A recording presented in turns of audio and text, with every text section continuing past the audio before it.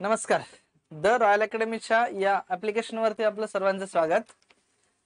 Royal अकॅडमीच्या माध्यमातून आपण PSI STI ASO आणि सब रजिस्टर या पदासाठी होणारी जी आपली 8 ऑक्टोबरची पूर्व परीक्षा आहे, या पूर्व परीक्षेसाठी आपण हे क्वेश्चन्स जे आहेत ते क्वेश्चन तुमच्यापर्यंत पोहोचवते बा. टेस्ट नंबर 2, टेस्ट नंबर 1 आपली डिस्कस झालेली आहे. टेस्ट नंबर 2 मध्ये सामान्य विज्ञान हा जो काय आपला विषय आहे, या सामान्य विज्ञान विषयामधला रसायनशास्त्राचा टॉपिक अणूची संरचना या टॉपिक वरती आपल्याला कोणकोणते प्रश्न विचारले जाऊ शकतात या अनुषंगाने आता आपण चर्चा करणार आहोत. ओके, ठीक आहे. चला मग पहिला प्रश्न तुम्ही सगळ्यांनी सोडवलेलाच असेल. त्यातला पहिला प्रश्न दिसतोय पहा तुम्हाला. इलेक्ट्रॉनला कक्षेतील चक्कर मारण्यासाठी आवश्यक असणारे अभिसारी बल कोठून मिळते? इलेक्ट्रॉनला कक्षेतील चक्कर मारण्यासाठी आता सगळ्यांना माहिती आहे की कक्षा ज्या आहेत आपल्या के, त्यानंतर एल, त्यानंतर एम आणि एन अशा 4 कक्षा. आपल्याला सगळ्यांना माहिती आहे की 24 मार्च 2019 ला झालेली जी काही कंबाईनची पूर्व परीक्षा आहे, या कंबाईनच्या पूर्व परीक्षेला एम कक्षेमध्ये किती इलेक्ट्रॉन असतात असा प्रश्न विचारला होता आणि त्याचं उत्तर होतं बा 18. ठीक आहे.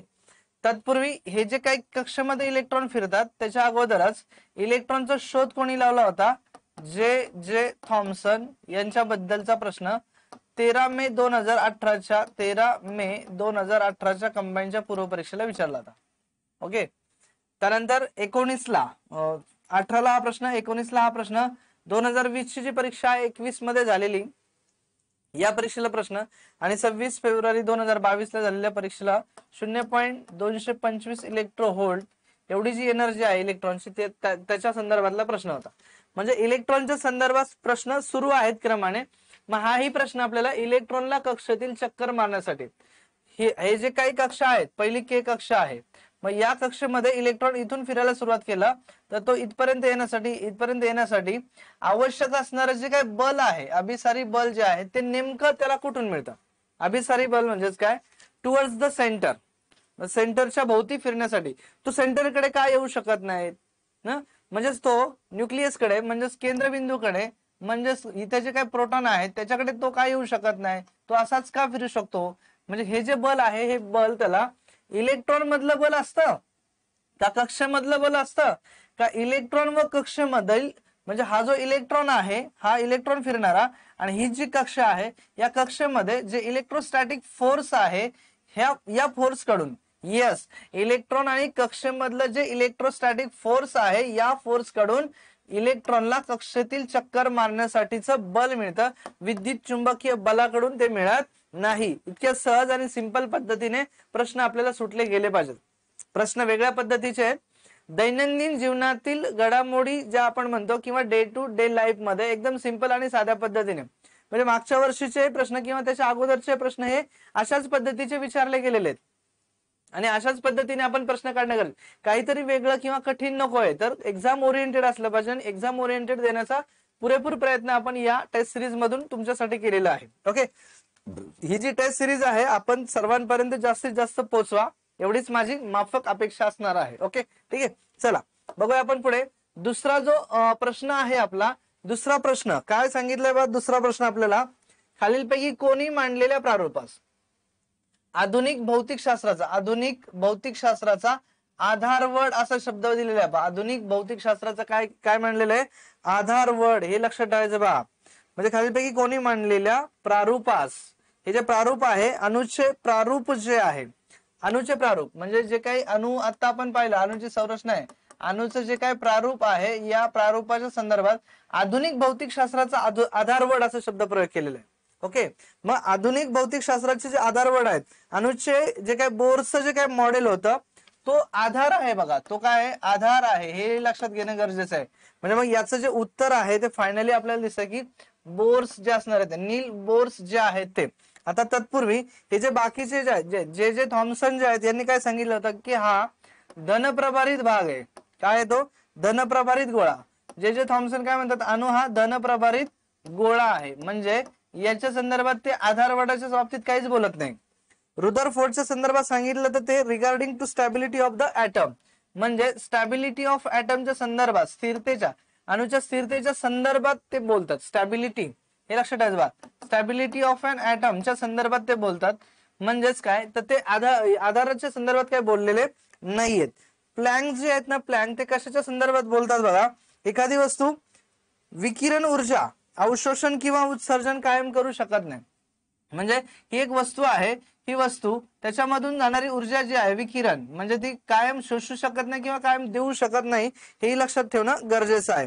अशा वेळेस प्रत्येक इलेक्ट्रॉन मध्ये निश्चित ऊर्जा असते. म्हणजे आता बघा हे जे सगळ्यांचं झालं त्यात नील्स बोर्स काय म्हणतात की प्रत्येक इलेक्ट्रॉन मध्ये निश्चित ऊर्जा असते. जो काही इलेक्ट्रॉन असेल त्याच्यामध्ये निश्चित काय असते ऊर्जा असते. लक्षात ठेवा निश्चित ऊर्जा असते असं ते सांगतायत. ओके. त्यानंतर एकाच कक्षातील सर्व इलेक्ट्रॉनची ऊर्जा कशी असते समान असते. जर के कक्षा असेल, एल कक्षा असेल, एम कक्षा असेल अशी एकाच कक्षेतील जी ऊर्जा आहे एकाच कक्षेतील इलेक्ट्रॉनची जी ऊर्जा आहे ती समान असते असंही सांगितलं होतं बा नील्स बोर यांनी. त्यानंतर प्रत्येक कक्षाची ऊर्जा लेवल जी आहे आता ऊर्जेची जी लेवल आहे जी पातळी आहे ही जी लेवल आहे ही लेवल मात्र प्रत्येकाची वेगवेगळी असते असंही ते सांगितलं. वेगवेगळी असते असंही ते सांगतात. म्हणजे नील्स बोर्स यांना आधुनिक भौतिक शास्त्राचा आधारवड का संबोधतात, काय रिझन असू शकतं. राज्यसेवेच्या अनुषंगाने या प्रश्नाचं डिस्कशन मी इथं घेतलेलं आहे. राज्यसेवेच्या अनुषंगाने हा प्रश्न आपण या ठिकाणी डिस्कस केलेला आहे. परंतु तुम्हाला एक लक्षात आलं पाहिजे खालीलपैकी कोणी मांडलेल्या प्रारूपास अनुप्रारूप जे आहे प्रारूप म्हणजेच काय तर ते अणुचं प्रारूप आहे हे लक्षात ठेवायचं बा. हे जे अणुचं प्रारूप आहे अणुच्या प्रारूपास आधुनिक भौतिकशास्त्राचा आधारवड तर नील्स बोर्स यांना आधुनिक भौतिकशास्त्राचा आधारवड मानला जातो हे लक्षात ठेवायचं बा. म्हणजे असे जे आधारवड वगैरे वगैरे असे शब्द जे असतात ना हे शब्द खूप महत्वाचे आहेत. त्यांनी काय काय केलेले हे याच्याबद्दलची सगळी माहिती आपल्याला माहित असली पाहिजे. जर ती सगळी माहिती बा इलेक्ट्रॉन एका निश्चित इलेक्ट्रॉनला प्रत्येक कक्षामध्ये निश्चित ऊर्जा असते. एकाच कक्षामध्ये समान म्हणजे एका कक्षामध्ये जे सगळे इलेक्ट्रॉन आहेत त्यांना असणारी ऊर्जा जी आहे ती एनर्जी जी आहे ती समान असते. लेवल जी आहे ती प्रत्येकाची मात्र वेगवेगळी असते. 19ला आपल्याला इथं एक प्रश्न विचारला होता की दुसऱ्या कक्षामध्ये 3.4 इलेक्ट्रोव्होल्ट एवढी ऊर्जा असेल तर तिसऱ्या कक्षामध्ये किती. ही जी ऊर्जेची लेवल आहे ऊर्जेची लेवल मात्र प्रत्येक ठिकाणी काय जाते बदलत जाते. म्हणून अशा पद्धतीने त्या प्रारूपाच्या संदर्भातला प्रश्न सुद्धा आपल्याला विचारला जाऊ शकतो. मग डायरेक्टली कसं आहे यांच्या संदर्भातलं जे बॅकअप आहे त्याच्यावरती प्रश्न आपल्याला विचारला जातो. त्याच अनुषंगाने आपण चर्चा केलेली आहे. ठीक आहे. ओके. बघा नेक्स्ट अणुसंरचनेचा आधुनिक विचार कोणी मांडला. आधुनिक विचार मॉडर्न थिंकिंग जे आहे अणुसंरचनेच्या बाबतीत. मग अणुच्या बाबतीत महर्षी कणादांनी पण विचार सांगितला होता 6व्या शतकामध्ये. जे थॉम्सनने पण 18व्या शतकामध्ये सांगितला होता. परंतु मग याच्यामध्ये डाल्टनने पण 1808 मध्ये सांगितला होता. श्वांडिगरने काय सांगितलं, जे थॉम्सनने कधी सांगितलं, डेमोक्रिटसने कधी सांगितलं. अणुसंरचनेचा आधुनिक विचार कोणी केला. आधुनिक विचार असा शब्द केला. विचार कोणी केला सगळ्यात महत्वाचं आहे. थिंकिंग कोणी केली त्याच्या संदर्भातली ही जी थिंकिंग आहे या संदर्भात आपल्याला सगळ्यांना सांगता आलं पाहिजे बा. डेमोक्रिटस काय म्हणतात त्याच्याबद्दल आपल्याला माहिती की अणुच्या संयोगातून नवीन कण जे आहेत ते बनलेले असतात. अणुची जी काही संयोग होतो अणुच्या याच्यामध्ये संयोग जे आहे किंवा संयोग होऊन नवीन कण बनतात. जे थॉम्सन इलेक्ट्रॉनच्या संदर्भातच चर्चा करत असतात. हा ठीक आहे. मग अणुसंरचनेचा जो आधुनिक विचार आहे तो कोणी मांडला. श्वांडिगर यांनी मांडलेला बा. श्वांडिगर यांनी आधुनिक अणुसंरचनेचा विचार मांडलेला.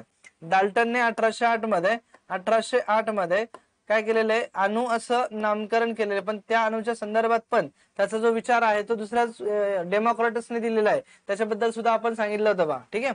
ओके. त्यानंतर चौथा जो प्रश्न आहे बघा. चौथ्या प्रश्नामध्ये 1 मोल इलेक्ट्रॉन वरील वस्तुमान किती आहे. 1 मोल इलेक्ट्रॉन जो इलेक्ट्रॉन आहे त्याच्यावरचं जे मास आहे वस्तुमान आहे ते किती आहे असं सिंपल प्रश्न आपल्याला विचारले गेलेला आहे. काही प्रश्न हे फॅक्च्युअलच्या अनुषंगाने आपल्याला विचारले जातात आणि फॅक्च्युअलने जे विचारलेले प्रश्न आहेत त्याच्यावरती तुम्ही सर्वसाधारणपणे भर देणं गरजेचं आहे. कारण कंबाईन असेल किंवा राज्यसेवा असेल या पद्धतीचे प्रश्न आपल्याला डायरेक्ट विचारले गेलेले आहेत.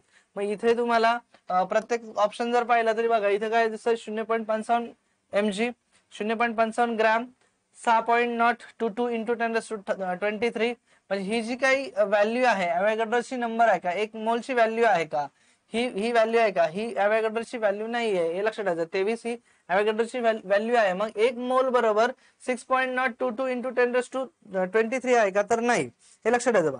मग इथं काय आहे तर 1 मोल वरील व्हॅल्यू जी आहे ती आहे 0.55 मिलीग्रॅम, हे लक्षात घेणं गरजेचं आहे. म्हणजे त्याच अनुषंगाने आपल्याला फोकस केला जाऊ शकतो किंवा प्रश्न आपल्याला विचारले जाऊ शकतात. ओके, ठीक आहे. नेक्स्ट बघा, 5वा प्रश्न, H2 असेल, O2 असेल, O3 असेल, Cl2 असेल इत्यादी मध्ये कोणत्या प्रकारचे सहसंयोजक बंध, कोव्हॅलंट बॉन्ड जे आहेत, सहसंयोजक बंध जे आहेत ते कशामध्ये? H2 म्हणजे हायड्रोजन जो आहे तो 2 आहे, O2 याच्यामध्ये आहे, O3 याच्यामध्ये आहे, Cl2 जे आहे यांच्यामध्ये इत्यादी कोणत्या प्रकारचे सहसंयोजक बंध जे आहेत, कोव्हॅलंट बॉन्ड जे आहेत, की ती साध्या पद्धतीने एकमेकांशी बंध पावण्याची जी क्षमता आहे ती यांच्यामध्ये कोणामध्ये? मग तो अध्रुवीय आहे, ध्रुवीय आहे, दोन्ही आहे, यापैकी नाहीये.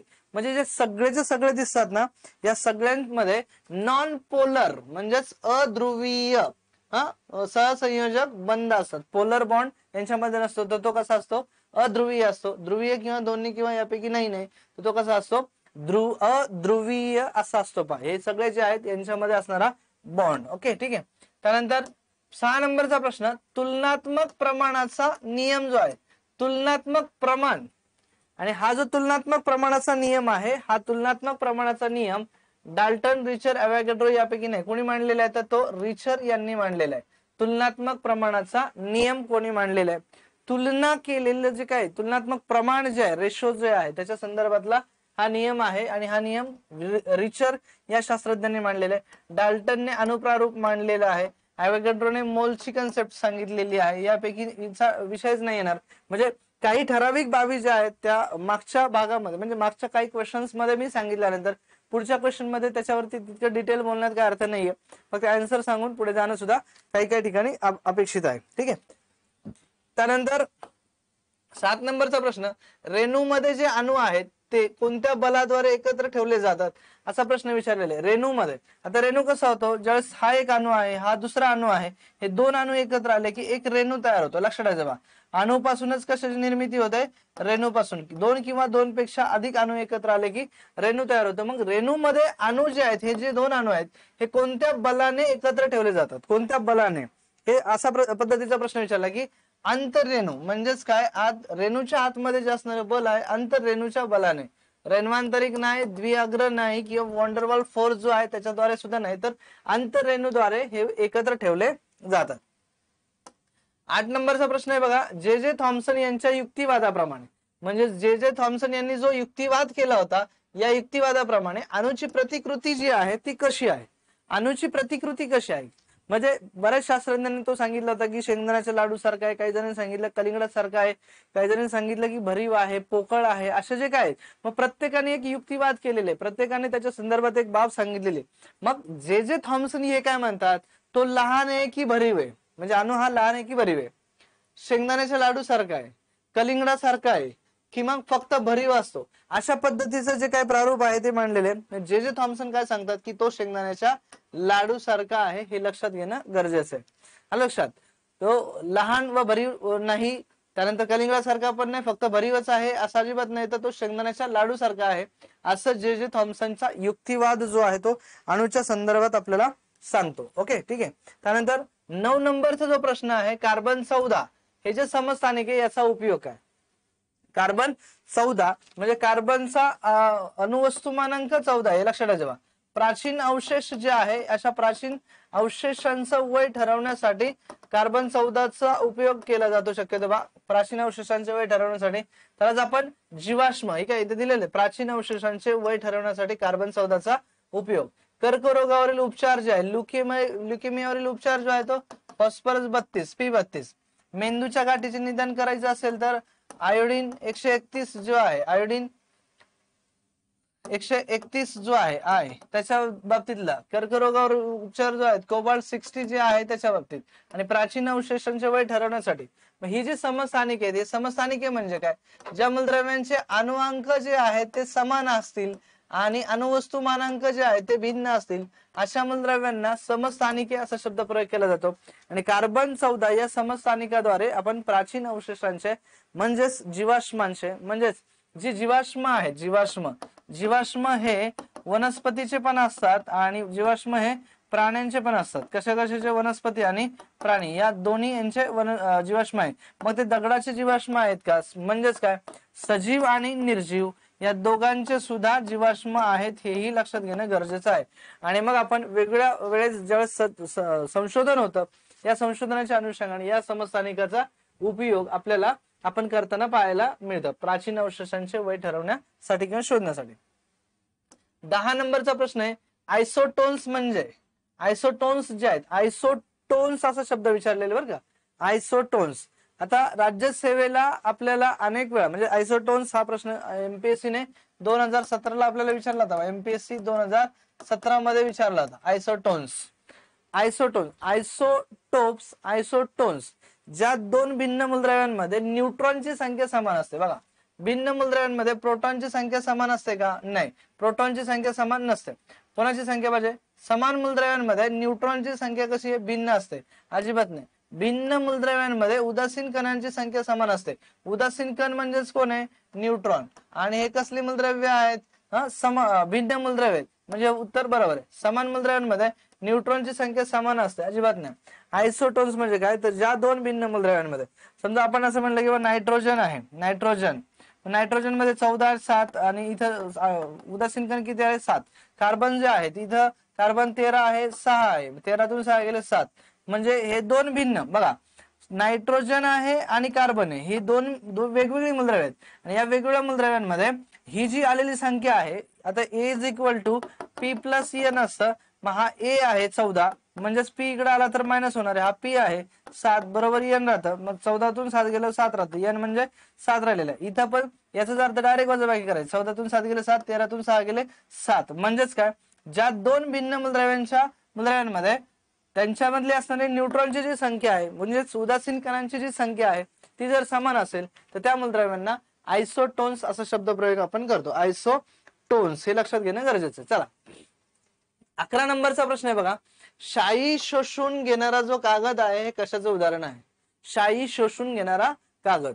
आता आपण अनेक वेळा पाहिलेलं की शाई शोषून घेणारा कागद पृष्ठताण म्हणजे सरफेस टेन्शनचं उदाहरण आहे का? ते विसरण म्हणजे डिफ्युजनचं उदाहरण आहे का? केशाकर्षण कॅपिलरी ऍक्शनचं उदाहरण आहे का? किंवा विषंदिता विस्कोसिटीचं उदाहरण आहे का? आता या ठिकाणी अनेक वेळा आपल्याला प्रश्न विचारले गेले, तर अशा पद्धतीचे प्रश्न जे आहेत ते आपल्याला विचारले जाणारच आहेत. ओके, मग शाई शोषून होणारा झाले ते घेणारा कागद जो आहे, शाई शोषून घेणारा कागद जो आहे, हे कशाचं उदाहरण आहे? काय म्हणायचं? पृष्ठताण म्हणजे काय? Higher level to lower level आहे का? तणावात आहे का? ते नेमकं कशामध्ये आहे? मग हे लक्षात आलं पाहिजे बा. विसरण डिफ्युजन म्हणजे काय बघा, आता इथे एक भाग सांगतो तुम्हाला. विसरण म्हणजे सकाळी जर अगरबत्ती लावली तर अगरबत्तीचा जो काही सुगंध आहे तो सर्वत्र दरवळलेला असतो, याला म्हणायचं डिफ्युजन. विषंदिता म्हणजे काय? विषंदिता म्हणजे दाटपणा. विषंदिता म्हणजे काय? दाटपणा. ओके, म्हणजे आपण असं म्हणतो बा की हवेतून चालण्यापेक्षा पाण्यातून चालणं अधिक जड जातं, किंवा पाण्यातून चालण्यापेक्षा हवेतून चालणं सोपं जातं. कारण हवेतील कणांचं जे काही आकर्षण आहे ते पाण्यातील कणांच्या आकर्षणापेक्षा कमी आहे. म्हणजे पाण्यातून चालताना आपल्याला जास्त बल अप्लाय करावं लागणार त्या कम्पेअर टू द हवा. लक्षात. मग याला आपण म्हणतो विषंदिता विस्कोसिटी. कॅपिलरी ऍक्शन काय आहे की बाबा higher level to lower level म्हणजे हाय कडून कमीकडे जाणारा, higher level to lower level. झाडाच्या म्हणजे पानामध्ये पाण्याचं काय होतं? परिवहन होतं. मुळं पाण्याचं अवशोषण करतात आणि पान पाण्याचं बाष्पोत्सर्जन करतात.